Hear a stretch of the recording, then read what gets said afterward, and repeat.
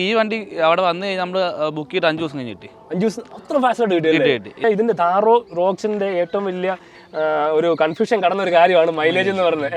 ആൾക്കാർ test drive വണ്ടികൾക്കൊന്നും mileage കിട്ടുന്നില്ല എന്നൊക്കെ പറഞ്ഞുകൊണ്ട് ഭയങ്കര കംപ്ലൈന്റ്, നോർത്ത് ഇന്ത്യൻ വീഡിയോസ് ഒക്കെ ഭയങ്കര ഫേമസ് ഒക്കെ ആയിരുന്നു. ഒരുത്തിന്റെ അന്ത്യം മറ്റൊരുത്തിന്റെ താരോദയം എന്ന് പറഞ്ഞത്. ഫ്രണ്ട്സ് എല്ലാവർക്കും നമസ്കാരം. അപ്പോൾ നമ്മൾ നമ്മുടെ പുതിയ താർ റോക്സുമായിട്ട് വന്നിട്ടുണ്ട്. അപ്പോൾ ഇതെന്ന് പറഞ്ഞിട്ടുണ്ടെങ്കിൽ ടു വീൽ ഡ്രൈവ് ഓട്ടോമാറ്റിക് ആണ് കേട്ടോ. അപ്പം ടു വീൽ ഓട്ടോമാറ്റിക് ഡ്രൈവിൻ്റെ ഒരു ഫസ്റ്റ് ഇംപ്രഷൻ വീഡിയോ ആണ്. ഓൾമോസ്റ്റ് 2000 കിലോമീറ്റർ ഓടിയ താർ റോക്സിൻ്റെ ഒരു ഫസ്റ്റ് ഇംപ്രഷൻ വീഡിയോ നമ്മളോട് ചെയ്യാൻ വന്നേക്കാണ്. അപ്പോൾ നമ്മുടെ കൂടെ ഉള്ളത് ജാക്സൺ ബ്രോ ആണ്. ജാക്സൺ ബ്രോയെ നമുക്ക് വീഡിയോയിലേക്ക് സ്വാഗതം ചെയ്യാം. ബ്രോ, നമ്മുടെ വീഡിയോയിലേക്ക് സ്വാഗതം. Thank you bro.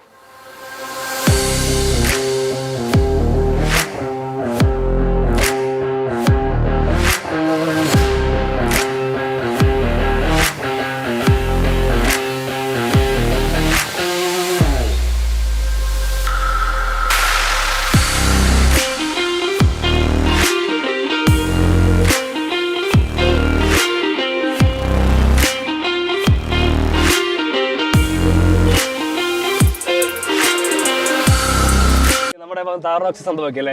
ഇതിന് നമ്മുടെ കോട്ടയത്ത് നിന്ന് ദൂരങ്ങൾ താണ്ടിയാണ് ഇവനെ സ്വന്തമാക്കിയെന്നൊക്കെ പറയുന്നത്. നമ്മൾ കോട്ടയത്ത് ബുക്കിംഗ് ഇല്ലായിരുന്നു ആക്ച്വലി. നമ്മൾ ബുക്കിംഗ് ഒക്ടോബർ 3 സ്റ്റാർട്ട് ചെയ്യുമ്പോൾ തന്നെ നമ്മൾ ആദ്യം തന്നെ കോട്ടയത്ത് വിളിച്ചു ചോദിച്ചു ബുക്കിംഗ് ഇല്ലെന്ന് പറഞ്ഞു. പിന്നെ അപ്പം നമുക്ക് മലപ്പുറം ഫ്രണ്ട് ഉണ്ട്, അല്ല കായംകുളത്ത് ബുക്ക് ചെയ്ത്. കായംകുളത്ത് ഒരു ഷോറൂമിൽ നമ്മൾ ബുക്ക് ചെയ്ത്. അപ്പോൾ അവിടെ കിട്ടാൻ ലേറ്റായി വന്ന്. അപ്പോൾ ആ വഴി നമ്മൾ മലപ്പുറത്തുണ്ടെന്ന് പറഞ്ഞു. നമ്മൾ ബുക്ക് ചെയ്ത് MX1 ആണ് ആക്ച്വലി. MX1 ഇതാ മാനുവലാ. അപ്പോൾ അവിടെ MX വന്ന് കണ്ട് പിന്നെ ആഗ്രഹപ്പുറത്ത് MX ഞാൻ എടുത്തു ഓട്ടോമാറ്റിക്. അപ്പം ഇത് ഓട്ടോമാറ്റിക് ആദ്യം മാനുവലാണ് ബുക്ക് ചെയ്തത്. ആദ്യം മാനുവൽ ബുക്ക് ചെയ്തത്. പിന്നെ ഓട്ടോമാറ്റിക്കോട്ട് മാറിയതാണോ അതോ? അല്ല, നമുക്ക് അവൈലബിൾ ആയിട്ട് ഇത് ഉണ്ടായിരുന്നുള്ളൂ. നമ്മൾ ആഗ്രഹപ്പുറത്ത് ഇതങ്ങ് എടുത്തു. ആഗ്രഹപ്പുറത്ത് ഞാൻ ആ സമയത്ത് ഇതിനെ കുറിച്ച് ബുക്ക് ചെയ്യാൻ നോക്കിയത്. ഒന്ന് സൈറ്റൊക്കെ വൺ ക്രാഷും കാര്യങ്ങളൊക്കെ ഉണ്ട്.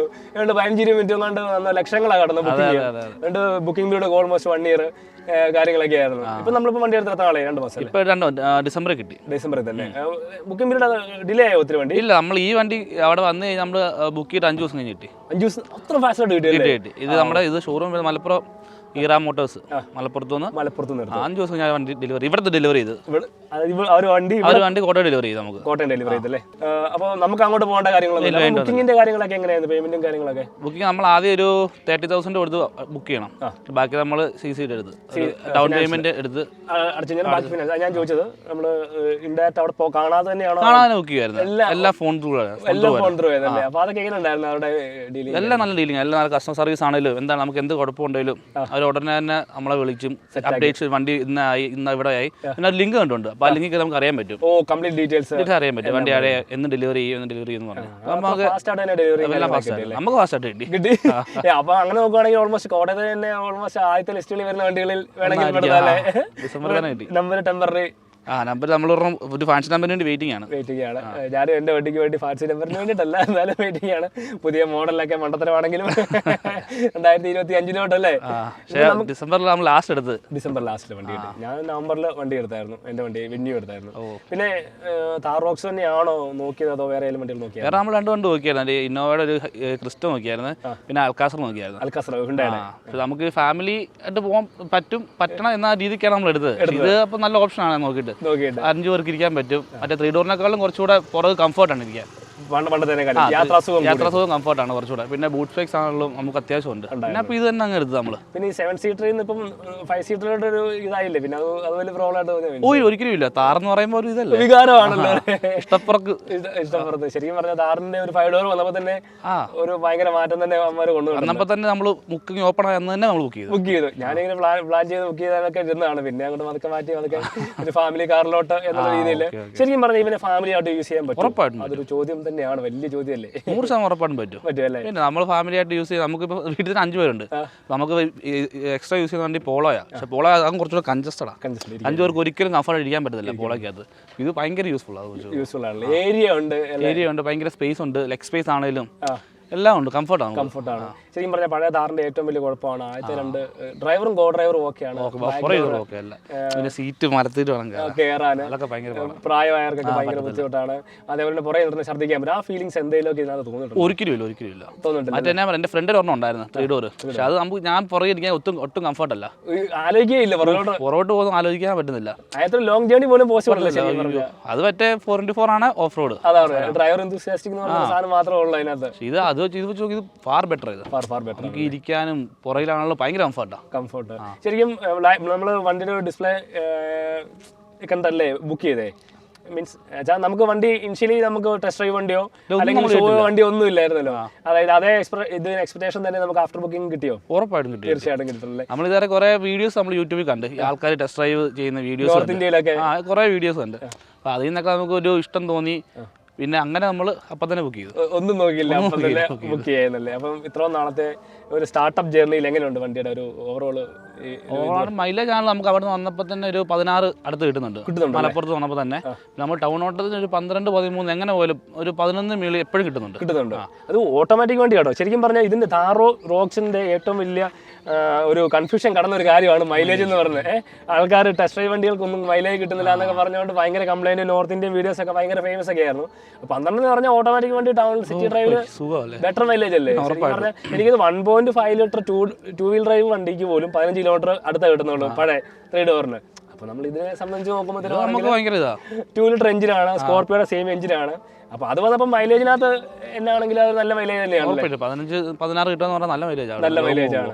ഇപ്പം ക്രിസ്റ്റയൊക്കെ ഒഴിവാക്കിയത് ധാരണോടുള്ള ഇതുകൊണ്ടാണോ അതോ ഇഷ്ടം കൊണ്ട് തന്നെ? ഇതുകൊണ്ട് തന്നെ അല്ലേ? അവസാനം മനസ്സ് നമ്മൾ ഇത് ബുക്കിംഗ് ചെയ്ത് 15-ാം തീയതി ലോഞ്ച് ചെയ്തില്ലേ? അപ്പൊ അതിന് മുമ്പാണ് നമ്മൾ ഇതിനെ ആക്ച്വലി നമുക്ക് എടുക്കാൻ വേണ്ടി പ്ലാൻ ഉണ്ട് ചെയ്തത്. മറ്റേ അൽക്കാസർ ആണല്ലോ ക്രിസ്റ്റ ആണല്ലോ. 15-ാം തീയതി ലോഞ്ച് ചെയ്ത് വീഡിയോ കണ്ടപ്പോൾ തന്നെ നമ്മൾ മനസ്സ് മാറ്റി ഇതിലേക്ക് തന്നെ പോയി. പ്ലാൻ ഇതിലേക്ക് തന്നെ നമ്മൾ പോയി താറ് തന്നെ സെറ്റ് ചെയ്തു.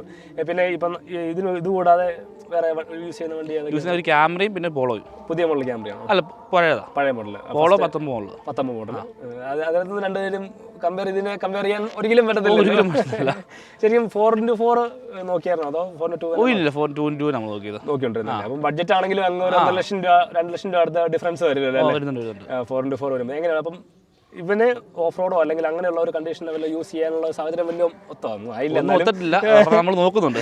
കാര്യം വെച്ചാൽ പുതിയ വണ്ടിയാണ്, മനസ്സങ്ങോട്ട് അനുവദിക്കത്തില്ല. അതാണ് കുറച്ച് ഓടി ഒന്ന് മനസ്സൊന്ന് പാകപ്പെട്ടതിന് ശേഷം അല്ലേ വണ്ടി എടുത്തിട്ട്. ഇതല്ലാതെ അലവില്ല വേറെ എന്തെങ്കിലും ആക്സസറി വല്ലതും ചെയ്താൽ നമ്മൾ ഒരു ഫോഗ് ചെയ്തിട്ടുണ്ട്. പിന്നെ ഈ സൈഡിലെ പിന്നെ വേറെ ഏതെങ്കിലും പ്ലാൻ ചെയ്യുന്നുണ്ടോ ഇനി വേണ്ടി? വേറെ ഉണ്ട്. വേറെ നമ്മൾ ലാഡർ സൈഡിൽ വെക്കാൻ, പിന്നെ ഡിഫൻഡറിലൊക്കെ വരുന്ന പിന്നെ ഒരു ഡീസൽ ടാങ്ക് കൂടെ വെക്കാൻ വേണ്ടിയുള്ള ചെറിയ ടൈപ്പ് അല്ലേ ഒരു ഷോ വരുന്നത്? അതെ, അത് അത്ര ഉള്ളൂ ചെയ്യുന്നുള്ളൂ. സൺഫിലിം ഒന്നും ചെയ്തിട്ടുണ്ട്? അതെല്ലാം ചെയ്യണം. പിന്നെ നമ്മൾ ബമ്പർ റോഡ് ഒന്ന് മാറണം. ഫ്രണ്ടില് മറ്റേ റാങ്കളറിന്റെ ബമ്പർ റോഡ് ചെയ്യണം. അത് മറ്റേ പ്രീവിയസ് പഴയ വണ്ടിയുടെ തന്നെ ഷൂട്ട് ആകുമായിരിക്കും അല്ലേ? ABS പ്ലാസ്റ്റിക് ആ ടൈപ്പ് അല്ലേ ചെയ്യുന്നത്? അത് തന്നെ മെറ്റൽ ചെയ്യാൻ പറ്റത്തില്ലല്ലോ.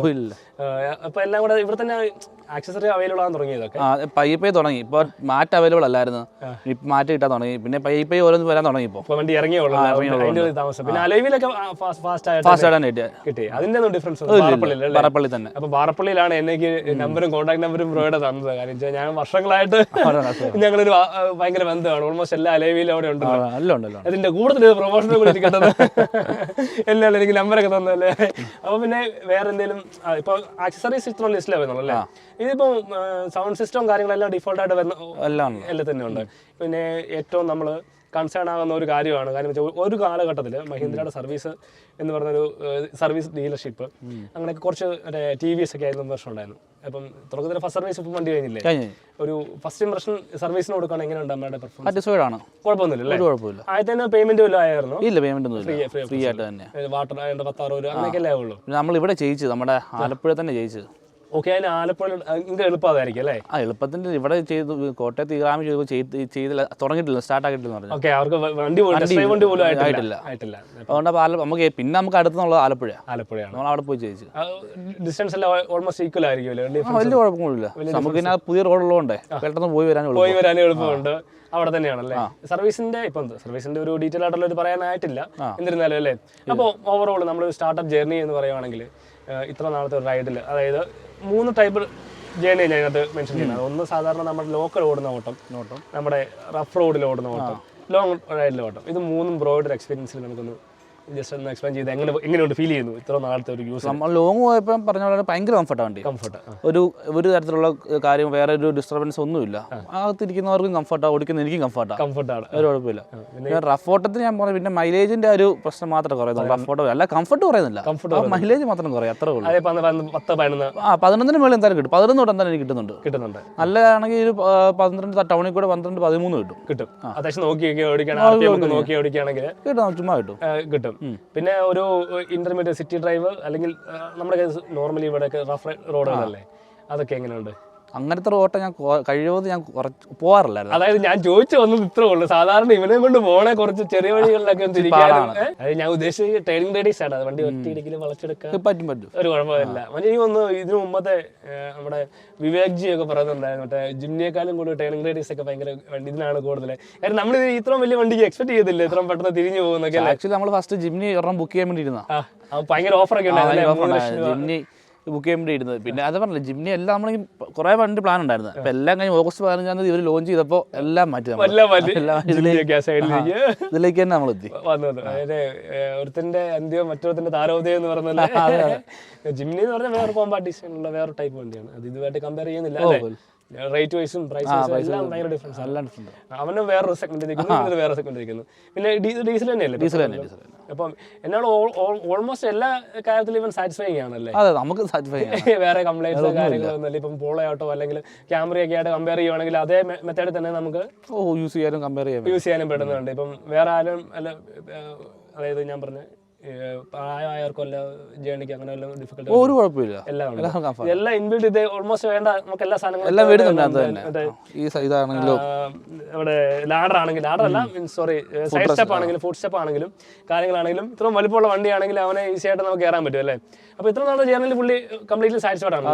വേറെ കംപ്ലൈൻറ്റ് എന്തെങ്കിലും ഫീൽ ചെയ്തിട്ടുണ്ടോ? കാര്യം വെച്ചാൽ ഞാൻ പറയാൻ കാര്യം വെച്ചിട്ടുണ്ടെങ്കിൽ ഒരിടയ്ക്ക് നോർത്ത് ഇന്ത്യൻ വീഡിയോസിലൊക്കെ ഭയങ്കര വൈറലായിരുന്നു. 4-wheel ഡ്രൈവിൻ്റെ ഒക്കെ ഭയങ്കര കംപ്ലൈൻറ്റ്സ് ഒക്കെ വരുന്നുണ്ട്. പിന്നെ ഇന്റേണൽ മെറ്റീരിയലൊക്കെ കുറവ് അങ്ങനെയൊക്കെ എന്തെങ്കിലും ഫീൽ ചെയ്തിട്ടുണ്ടോ? നോർമലി ഞാൻ ഉദ്ദേശിച്ചത് ഇവരുടെ ഇന്റീരിയർ ബ്ലാക്ക്, സീറ്റ് അല്ല മേളിലൊക്കെ ടോപ്പൊക്കെ ഇതാ, നമുക്ക് അതൊന്നും മാറ്റുള്ളൂ, അതേ ഉള്ളൂ. എനിക്ക് തോന്നിയ ഒരു ഇത് നെഗറ്റീവ് അതേ ഉള്ളൂ. അതിന് ക്വാളിറ്റി കുറവോ അല്ലെങ്കിൽ അങ്ങനെ ഫീൽ ചെയ്യും? അങ്ങനെ ഫീൽ ചെയ്തിട്ടില്ല. പക്ഷെ പെട്ടെന്ന് ചെളിയാവും. അത് വൈറ്റ് ആകത്തെ വൈറ്റ് ഞാൻ പെട്ടെന്ന് മാറി അത് പെട്ടെന്ന് ചെളിയാകും. അത് എല്ലാവരും കോമൺ ആയിട്ട് വരുന്ന നമ്മൾ മാറ്റിയിട്ട് അത് ചെയ്യുന്ന ഒരു ഇതല്ലേ ഫുള്ള് കംപ്ലീറ്റ് അടിച്ചു വേണത്. ഒത്തിരി ഇപ്പൊ അങ്ങനെ ചെയ്യുന്നുണ്ട് കേട്ടോ, കുറെ പേര് ചെയ്യുന്നുണ്ട്. പെയിന്റ് ഒക്കെ അടിക്കുന്നുണ്ട്. ഇപ്പൊ സീറ്റ് കവർ മാറ്റി. ഇപ്പൊ ഞാൻ MX-5 തൊട്ടാന്ന് തോന്നുന്നു ഫുള്ള് വൈറ്റാ സീറ്റ് കവർ വൈറ്റാ. നമുക്ക് പക്ഷേ ബ്ലാക്ക് തന്നെയായിരുന്നു. നമ്മൾ സീറ്റ് കവർ ചേച്ചി പ്രീമിയം ലെതർ ആണ് മാർക്ക് വരുന്നത്. അപ്പൊ ഈ അത് പക്ഷേ ഭയങ്കര ചെളിയാനുള്ള ശരിക്കും പറഞ്ഞാൽ അവർ ഉദ്ദേശിച്ചു എനിക്ക് 700 വൈറ്റ് ഇതാണല്ലോ വരുന്നത്. അത് ആ ഒരു ലക്ഷറിയാണ് ഉദ്ദേശിച്ചത്. അവർ ബേസിക്കലി എനിക്കറിയില്ല ഈ ഓഫ് റോഡ് വണ്ടിക്ക് എന്തിനാണ് അങ്ങനെ വൈറ്റ് കൊടുത്തത്. ശരി, ഇതിന്റെ സ്പീക്കേഴ്സ് ഡോറല്ലേ വരുന്നത്, മറ്റേ 3 ഡോറെ മേളിലല്ലേ, ഇതിന് ഡോറല്ലേ വരുന്നത്. ഫീച്ചേഴ്സിന്റെ കലവറയാണ്. അത് വരുമ്പോൾ ഓൾമോസ്റ്റ് 25 lakhs 26 lakhs വരും. ഓട്ടോമാറ്റിക് വരും. നമുക്ക് അഫോർഡബിൾ, ഈസി അഫോർഡബിൾ അല്ല, അങ്ങനെ ഒരു പ്രശ്നം മാത്രം ഉള്ളൂ. അപ്പൊ ഇത്ര നാളത്തെ കംപ്ലീറ്റ്ലി സാറ്റിസ്ഫൈഡ് ആണല്ലോ. അപ്പം വേറെ കംപ്ലൈൻറ്റ്സ്, അതായത് ബ്രോയെ സംബന്ധിച്ചുള്ള വേറെ കംപ്ലൈൻറ്റ്സോ കാര്യങ്ങളോ ഒന്നുമില്ല. Normal typically as usual. ഇത് ഡൈഹാർഡ് ഫാൻ എന്ന് വേണമെങ്കിലും പറയാം. ഇപ്പൊ ഡൈഹാർഡ് ഫാൻ ആയി കഴിഞ്ഞിട്ടുണ്ടെങ്കിൽ ഞങ്ങൾ കംപ്ലൈന്റ് ഒന്നും പറയാറില്ല. പിന്നെ ഇവന്റെ റോഡ് പ്രസൻസ് എന്ന് പറഞ്ഞാൽ എവിടെ ചെന്നാലും ആൾക്കാർ നോക്കും. നമ്മള് വണ്ടി എടുത്ത് ഇറക്കിയപ്പോ തന്നെ കോട്ടയം തന്നെ ഒരു 10 ഒരു 7 പേര് ചോദിച്ചു എവിടെ നിന്ന് എടുത്ത്, നമ്പർ തരാവോ, പെട്ടെന്ന് കിട്ടിയോ, ഈ കാര്യങ്ങളെല്ലാം നമ്മൾ ഏറ്റവും ചോദിച്ചിട്ടുണ്ടോ. അത് തന്നെ നമുക്കൊരു റെക്കഗ്നീഷൻ ആണ്. അതെ, ആൾക്കാർ വണ്ടി ശ്രദ്ധിക്കുന്നുണ്ട്, നമ്മുടെ വേണ്ടി ഒരു ഐഡന്റിറ്റി ആയിട്ട് മാറുന്നുണ്ട്. അതൊക്കെ തന്നെ നമുക്ക് തന്നെ ഒരു ഫീൽ ഗുഡ് ആണ്. പറപ്പള്ളിന്ന് ഒരു പുള്ളി ചോദിച്ചായിരുന്നു. പുള്ളി ഇപ്പോൾ നമ്മുടെ അവിടുത്തെ കോട്ടയത്ത് മഹീന്ദ്രയിൽ പോയായിരുന്നു. ഹൊറൈസണിൽ പോയിട്ട് അവർ പറഞ്ഞു അവർക്ക് ഡെലിവറി 2 വർഷം വെയിറ്റ് ചെയ്യണമെന്ന് പറഞ്ഞു. 2 വർഷം എന്നിട്ട് പുള്ളിയായിട്ട് 3 ഡോർ എടുത്ത് നമ്മുടെ അടുത്ത് വന്ന് ചോദിച്ചു പുള്ളി ഇത് പെട്ടെന്ന് ഇവിടുന്ന് കിട്ടിയത്. പുള്ളി പറഞ്ഞ് അവർക്ക് അവരുടെ ഡ്രോബാക്ക് ആയിരുന്നു. പുള്ളി അവർക്ക് 3 ഡോർ കൊടുത്തു. അത് പ്രൊമോട്ട് ചെയ്യും. 3 ഡോർ പ്രൊമോട്ട് ചെയ്തവര് 5 ഡോർ ഉണ്ടായിട്ട് ശരിക്കും പറഞ്ഞാൽ ഇതിന്റെ base variant push button start, അല്ലാതെ speaker 4-door speaker system, almost എല്ലാം ഉണ്ട്. പവർ വിൻഡോ കാര്യങ്ങൾ എല്ലാം വരുന്നുണ്ട്. ശരിക്കും പറഞ്ഞാൽ 17 ഓൾമോസ്റ്റ് ഓട്ടോമാറ്റിക് വരുമ്പോൾ 24 ലക്ഷം രൂപ അല്ലേ? 24 20 സംതിങ് ഉണ്ടാവും. ഡീസൽ ബേസ് വേരിയന്റ് എടുത്താൽ പോലും 17 ലക്ഷം രൂപ കിട്ടും. നമുക്ക് ഈ പറഞ്ഞ പോലെ അത് ഈ പറഞ്ഞ നമുക്ക് വേണ്ട സാധനങ്ങളുടെ അഡീഷണൽ ആയിട്ട് ചെയ്താൽ മതി. ഇനി ബേസ് വേരിയന്റ് ആവശ്യമുള്ളൂ.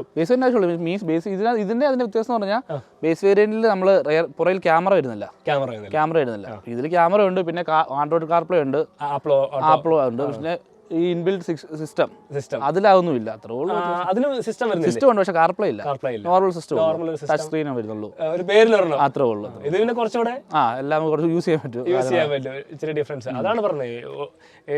17.25 ലക്ഷം രൂപ കൊടുത്ത ഒരു ബേസ് വേരിയന്റ് എടുക്കാനുണ്ടോ എന്ന് ചോദിച്ചാൽ ഉണ്ട്. വേണ്ട, നമുക്ക് വേണ്ട എല്ലാ സാധനവും നമ്മൾ അഡീഷണൽ വെച്ചാൽ മതി. അഡീഷണൽ വെച്ചാൽ മാത്രം വേണമെങ്കിൽ ഒന്ന് അലൈവിൽ കയറ്റുക. ശരിക്കും ഇതിന്റെ ടോപ്പ് വേരിയന്റിന്റെ അലൈവിൽ എനിക്ക് ഇഷ്ടപ്പെട്ടില്ല.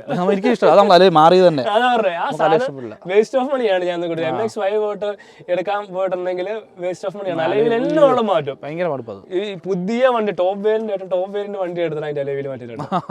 വേറെ അപ്ഡേറ്റ് ചെയ്യും. പക്ഷെ ഇതിന് മുമ്പത്തെ കുറച്ചുകൂടെ കൊള്ളായിരുന്നു അല്ലേ? മറ്റേത് കൊള്ളായിരുന്നു. ഇത് പിന്നെ നമ്മുടെ ഡയമണ്ട് കട്ടൊക്കെ എനിക്ക് എന്തോ നമുക്ക് നമ്മൾ നീ അലോ ഇട്ടത് മറ്റേ നമുക്ക് ഇഷ്ടപ്പെട്ടില്ല. ബ്ലാക്ക് ആൻഡ് പക്ഷെ മറ്റേ ഒട്ടും കൊള്ളത്തില്ല. നമുക്ക് ഇഷ്ടപ്പെട്ടില്ല. എനിക്കും അതേപോലെ അതേ സെയിം അഭിപ്രായം. അതാണ് ഇവന്റെ പ്രത്യേകത എന്ന് പറഞ്ഞിട്ടുണ്ടെങ്കിൽ അതാണ്. ഒരു 17 ലക്ഷം രൂപ കൊടുത്തിട്ടുണ്ടെങ്കിൽ ഈ സെഗ്മെന്റിൽ ഈ പെർഫോമൻസിൽ അല്ലെങ്കിൽ ഈ സ്പെക്സ് ഉള്ള വേറെ വണ്ടികൾ ഇല്ല എന്നുള്ളതാണ്. ഇപ്പം ഇത്രയും വില കൂട്ടിയപ്പോഴത്തേനും ഒരു വാല്യൂ പാക്ക് എന്നോണം ഒരു പുഷ് ബട്ടൺ സ്റ്റാർട്ട് വരെയുള്ള ഒരു വണ്ടി എന്ന് പറഞ്ഞിട്ടുണ്ടെങ്കിൽ ഒരു ബേസ് വേരിയന്റ് എന്ന് പറഞ്ഞിട്ടുണ്ടെങ്കിൽ ഇവൻ മാത്രമേ കാണുകയുള്ളൂ. ഈ സെഗ്മെന്റിൽ ഇവൻ മാത്രമേ കാണുകയുള്ളൂ. അതാണ് ഇവന്റെ പ്രത്യേകത. അപ്പോൾ എന്നാണ് ഞങ്ങൾ ഇതിന്റെ വണ്ടിയുടെ ഒന്ന് റൈഡിങ് എക്സ്പീരിയൻസും കൂടെ അല്ലേ ബ്രോ? എന്നാണ് ഇത്രയും ചെയ്ത് കഴിഞ്ഞാൽ നമ്മൾ അതും കൂടെ ചെയ്യണ്ടേ അല്ലേ? ഇപ്പോൾ നമ്മൾ 2 ലിറ്റർ ഓട്ടോമാറ്റിക് MX-3 ഡീസലാണ് ടെസ്റ്റ് ഡ്രൈവ് ചെയ്യുന്നത്. അത്യാവശ്യം നല്ല ഓഫ് റോഡിങ് സെറ്റപ്പും കൂടെ ഉണ്ടല്ലേ? പുറകെ ഇരിക്കുന്ന ക്യാമറാമാന്മാരോടാണ് ചോദിക്കാനുള്ളത്. പുറകെ ഇരുന്നിട്ട് യാത്ര കംഫർട്ടിന് വല്ല കുഴപ്പമുണ്ടെങ്കിൽ പറഞ്ഞോളാം. നമുക്ക് മറ്റേ അസെൻഡിങ് ഡിസെൻഡിങ് ഇടാൻ പറ്റും അല്ലേ ഇറങ്ങുമ്പോൾ?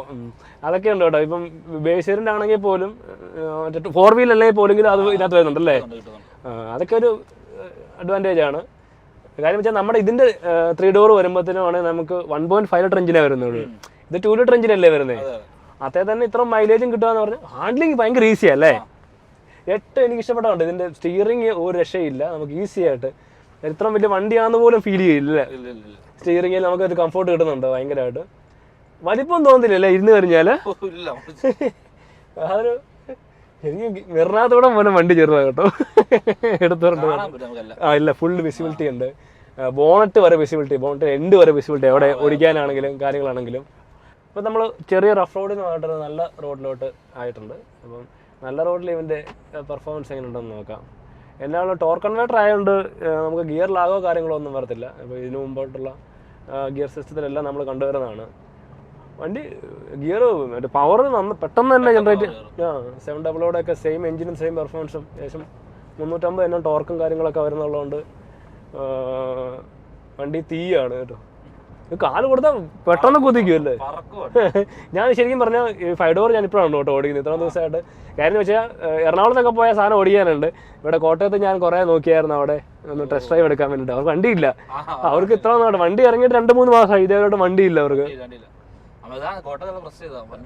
വണ്ടിയില്ല, അതൊരു ഭയങ്കര പ്രശ്നമായിട്ട് തോന്നുന്നു. കോട്ടയത്ത് കിട്ടാൻ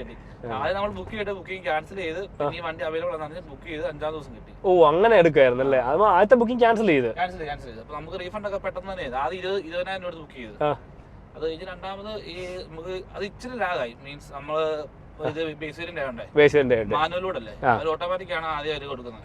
പിന്നെ ഓട്ടോമാറ്റിക് ഒരെണ്ണം നമുക്ക് മലപ്പുറത്തുണ്ടെന്ന് പറഞ്ഞ് അവരെ കണക്ട് ചെയ്ത് തന്നാ.